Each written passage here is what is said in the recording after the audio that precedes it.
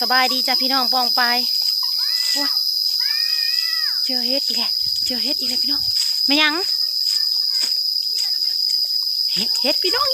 ไปพี่น้องมือที่สองที่สามมือที่สามของการเก็บเฮ็ดพี่น้องเลี้ยนตาสวดตาลอกเขาเอาในนี่แหละใช่ไว้ไอ้สิบทันมูไว้พี่น้องไว้เนี่ยโอ้ยเขาเยี่ยงหมดเลยมีโปรจักกันนี่นั่นโอ้ยพี่น้องเอามีดไว้เนี่ยไว้เอามีดมาตายเลยพี่น้องเหยาะนี้นะแม่เหยาะคนนี้นะแม่ขี่อยู่อย่าพามาได้พี่น้องขี่อยู่แม่เขาเอิ่นไว้คนกับมาพี่น้องไหมอุ้ยในใจเขาแหงมาคนหาเก็บคนเก็บว้าวถ้าจะเกิดมาอากาชิมานพี่น้องคนเห็นคนแรกหนอกเดียวยุงกินเฮา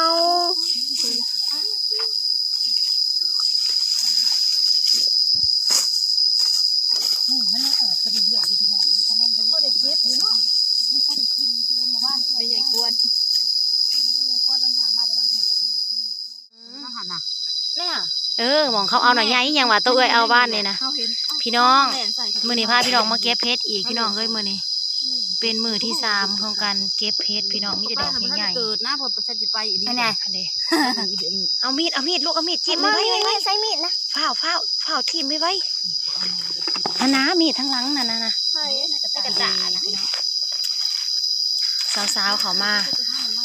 แล้วก็เห็นฝ้าจิ้มไว้ลูกมองอื่นมันก็ต้องออกคือกันจิ้มลงเห็นนี่แหละนะเราเอาว่านี่แม่อันมียังแม่เมียลุงนั่นเอาแล้วนี่แล้วแม่ว่านนี่เนี่ยแม่มียังถังนะไม่หูเอาอีกเลยพ่นนะป้าเวทนาไทยอีแม่ยากันยุงถังยายจนดับตัวหนึ่งบ่ดับเกิดเหตุที่ไม่คาดคิดค่ะคุณแม่นั่งยากันยุงเทปไทยจะเอาไว้ในไผ่ไปต้มไม้ลูกเบิดแล้วหาเบิดแล้วนั่นเขี่ยเข้าไปลูกในหันนะอันนั้นแล้วยังวะเกิดเหตุที่ไม่คาดคิดขึ้นทันทีแม่เสกเบิ่งไหม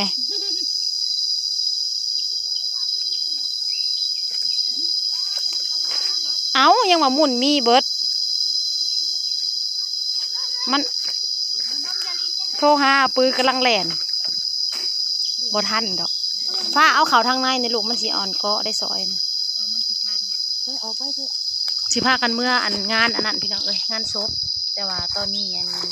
สาวๆเขาเห็นเฮ็ดปวดเขาก็โทรนำคือบอกเอาเสียมบ่ลูกมันจังไวกว่านี้ซาแห้งเขารถจีมเอานะซาพี่น้องคนน่ะท่านกินดอกถ้าแม่นมีหมูน้ำนะจ้างก็บ่ได้หมู่บ้านนี่นะไผ่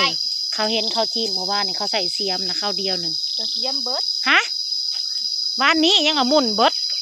ไม่หันนะบริวารเมื่อคืนบ่บ้านนี้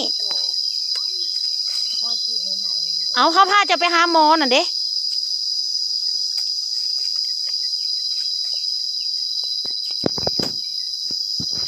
จิ้มสาวๆจิ้มมื่อนี้พามาเบิ่งสาวๆจิ้มเฮ็ดพี่น้องก่อนสิไปเฮือนงานเต้นดองเนาะเต้นดองมันจูมพอดีงามพี่น้องเพื่อนเจ้าไผ่พอดมาเบิ่งคลิปน้องป่าดิพอดยังดีใจเลยฮะดีใจเลยเห็นเฮ็ดสุยหมุนเข้ามาโบใส่กันดูดคือปถือมาเบิดศพรถไผ่แนวยากันยุงนะเอาปุระกาดมาว่ะปุระกาดกับเบิดละกาดในอีเมนนั่งเลยนั่งได้นั่งดีว่าเป็นหมุนวันละบออีเมนเนี่ยไม่ติดแนวนั้นนั่งแต่ยากันยุงเพื่อนไปเลยได้ยาเอาละมาเราอยากมาจะมาจีบซอยเขามาไล่แต่เนี่ย ร้ายแต่เหอะก็มาจิ้มซอยแล้ววะ สิกระไรแต่ว่าทำ หมูเดียวพี่น้องปองไป เดี่ยวไปยังวะ ฮักก็ได้หมูเดียวเพราะว่าได้ฮักกับเขามาเนาะพี่น้อง ย่างเขามา ไปหมู่ว่านนี่นั่นเอื้อยเขามานั่นยุ่งกับยุ่งเดี๋ยวเพิ่นสิหามนี่ พ่อเอ้ยแบบย่างเขาไปหาเบิ่งเฮ็ดกันเด้อว่ะไปหาเล่มผีเก่าเข้าก้อนว่ะไปนั่งว่าก็เจ้าเอาหมู่บ้านนี่ จูมมันออกใหม่ไผ่เฮ็ดนะไปเดี๋ยวนี่เขี่ยไปได้ทางนั้นนะท่านได้เอื้อยมาเอื้อกระซอกนั่นนี่แล้วไผ่ว่านนี่โอ้ยโมแมนคนเอาว่ะหรือคนเอาเพราะว่าแนมอยู่ได้คันซั่นน่ะเอื้อยเจอวานนี่ทำไมมันออกวานนี่ นั่นน่ะมากับพ่น หากระพ่นเช้านี้ ที่พ่นอีอันนี้นะมากับ ตอนบ่ายเด้อไผ่ตอนบ่ายคือเก่าเด้อ บ่ายๆนะ เพราะว่าก็ใช่ เอาตีนทมไผ่เอาตีนทมไว้น้ำเน่แต่ว่าใครก็เจ้าหูว่าบ่เอาเฮ็ดนะไปถือเอามาเอาอย่าเอาค้อนไปเต็งที่นั่นมันสิบ่ออก ก็มันออกมาคนพ่นใหม่แต่เต็มโดน หาบ่ได้ส่งไปนี่นะ ย่างมาขยันกันนะ แม่ไปทางไหนแหละไปหาต่ออีกพี่น้องลงไปทางก้อนน่ะไม้อีกลองเบิ่งไป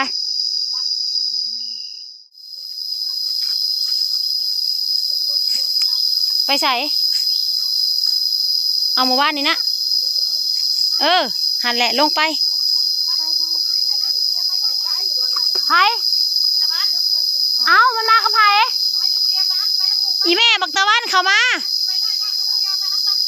เอาแน่ไม่ไงมาน้ำไผสงสัยฟังเสียงแหละมาอันนี้นะโอ้ยบักตะวันกับมาพี่น้องเอ้ยมานะไม่ใหญ่ควร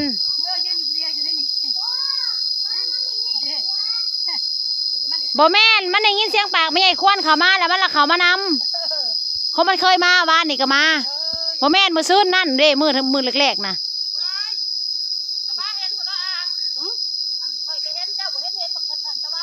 มันหากับเข่ามานี่ มันจะบอกข้างกูมันนั่งอยู่นอกคน มันบอกไปหนีมันอ่ะ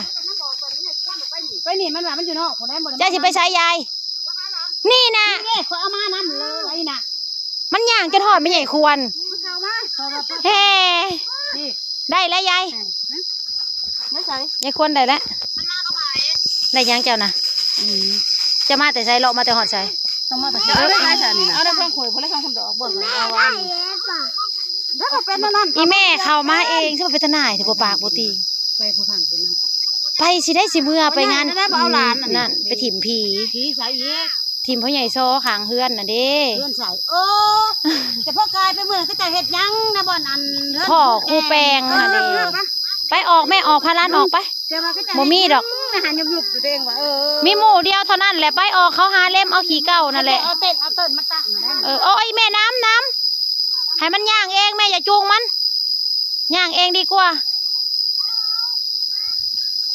มันมาพอแห้งเถื่อหนึ่งนี่นั่นเขากับมือแรกนะเขากับมาเก็บน้ำอีกก็หินะเขามาเอาไม้อีกทีเดีหินะเลาะมานี่สูมือไม้เขากับมาบ่ใครแต่เขามีเสียงมันไปน้ำเสียงใช่ไหมยังบ่ท่านได้พัดจะแม่นสัตว์เจ้าคือกล้าตัดสินใจเข้าไปลูกบ่าวตะวันเขาน้ำลังหมู่พี่น้องเอ้ยเขาป่าผู้ เขาป่าว่าพระเจ้าพ่ออยู่ป่า เฮ้ยได้หมู่นึงเลย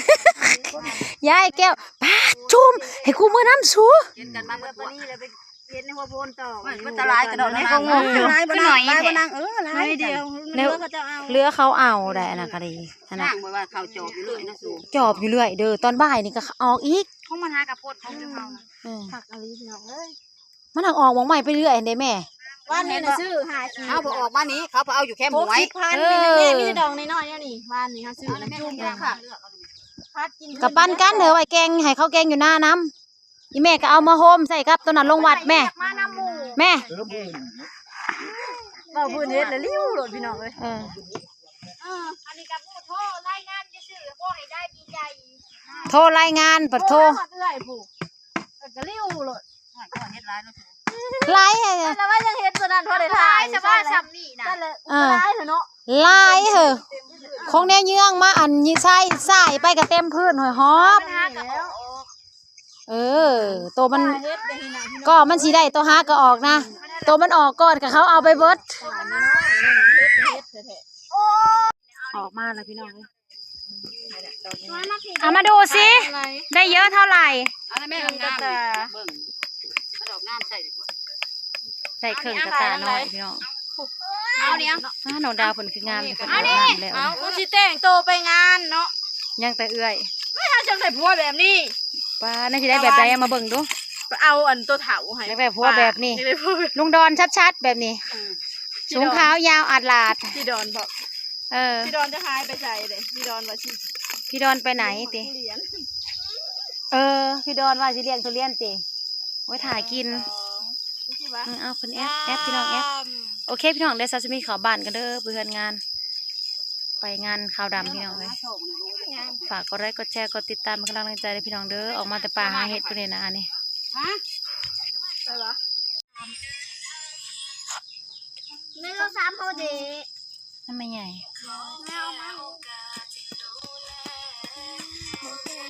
ได้ซ้ำนี่พี่น้องเอ้ยมาเนี่ย